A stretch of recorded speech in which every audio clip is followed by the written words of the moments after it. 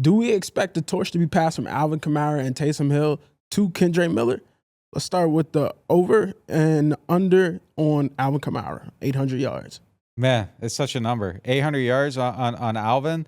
We talking total yards or rushing yards? Rushing. This is all rushing. I'm taking the under. I got the under on 800. Let me give you a little history on his rushing yards. So he only had 694 last year in 13 games. So let's call it 713 games. Year before that, 897. Year before that, 898. They were using him a lot those years, though. 223 carries, 240 carries last year is down to 180 carries. But 932 the year before that, 797 the year before it, 883. Last year was the only year he basically didn't reach 800. I mean, based on games played, it's hard. If he gets to that like 15 games, 14 games, it's hard to think he won't unless they just stop using him as much. I mean, it really depends on, if he had played 15 games last year, he'd have got to 800, and it wasn't a very pretty 800 last year. So I think that's the right number to set it at. But yeah, if we're expecting the volume to increase somewhere for Kendre Miller, it's probably going to be a more is less plan for Alvin Kamara. I would take the under on 800 because there's so many ways he could go under, injury, or just like less touches. But that is where the number should be set at, I think. I'm going to say under, but I think like his yardage total, like I think he's going to have more receiving yards next year than he's had in 4 years. It's 439, 490, 466. Like I expect that number to go up. And maybe the rushing numbers to go down a little bit while Kendre takes over some of the rushing and you get him in some more advantageous situations. So I could see it going that way. But yeah, I mean, I think that the idea is for Kendre Miller to take over a little bit in some of those areas.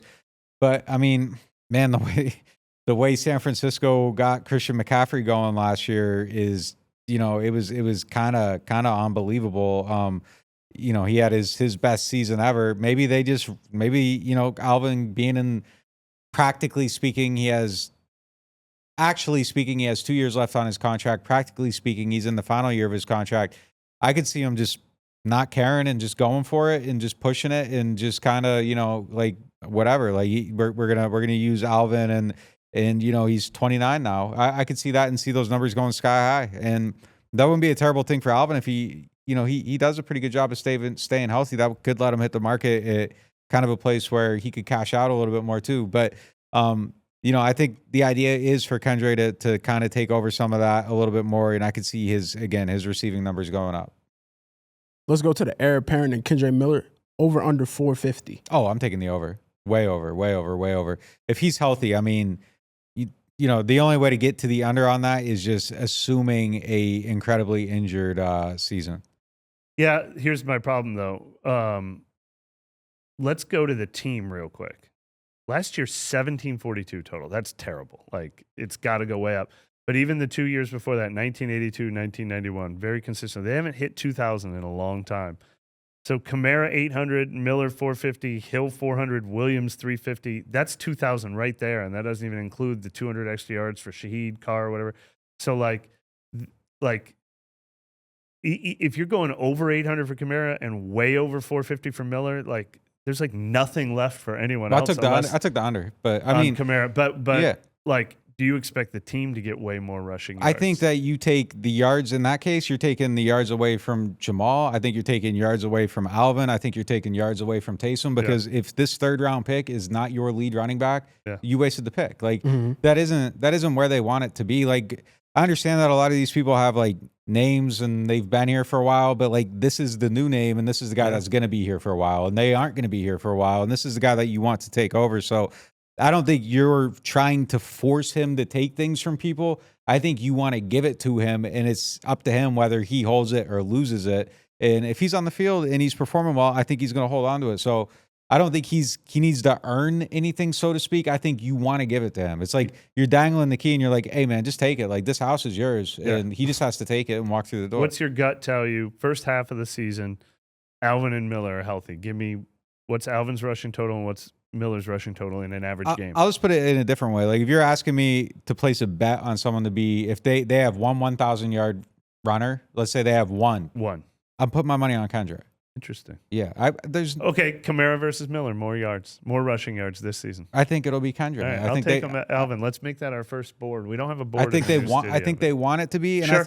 And I think if it's not, like you have a problem. Like you wasted a pick. Like if Kendre isn't able to do that, I think you should be disappointed in that pick at that point. No, I agree with all that, and I agree that I'm buying stock in Kendre Miller right now.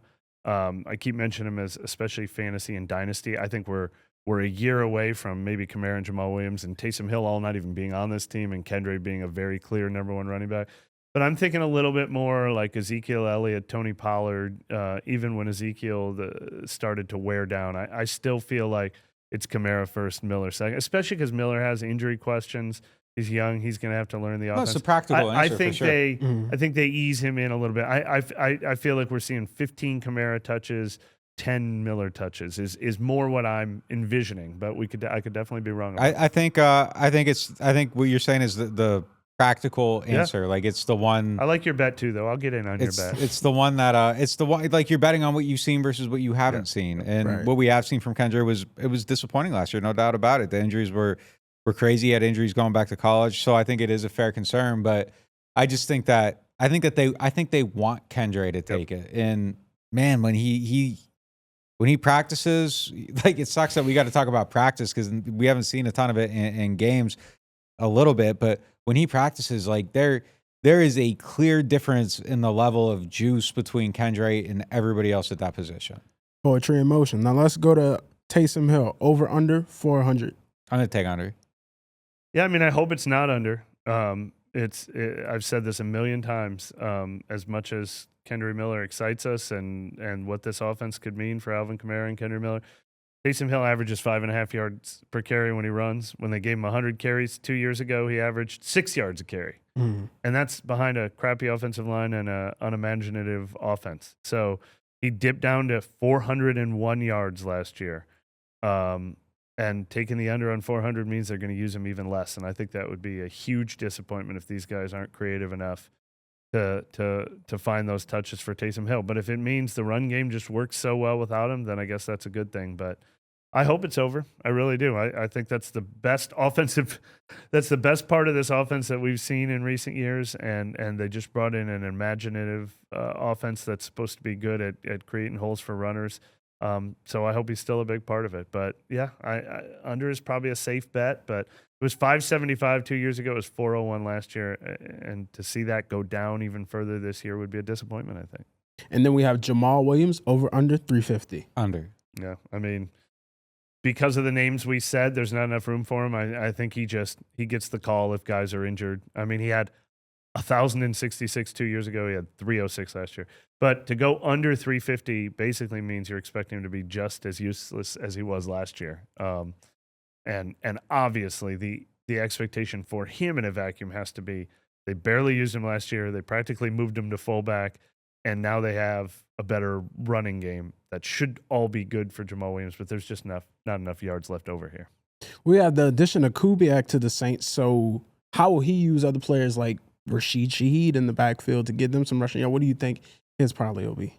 Yeah, I mean, I think we'll see some stuff with jet sweeps and all that stuff. I think there's definitely some interesting guys that they'll try to get involved in there in some big home run type plays, but I don't think it's going to be anything over the top or crazy. It's just going to be something that I think is mixed in as a wrinkle here and there. They don't have the Debo type player necessarily. I mean, some of that could be Taysom, but I don't think they have that really at wide receiver. So maybe a little bit. I mean, we saw some plays last year with Olave lining up in the backfield and coming out to catch passes. I mean, if you're going to do that stuff, you got to hand it off every now and then. I don't think that's something you want Chris Olave doing, but maybe I could see it with Shaheed here and there.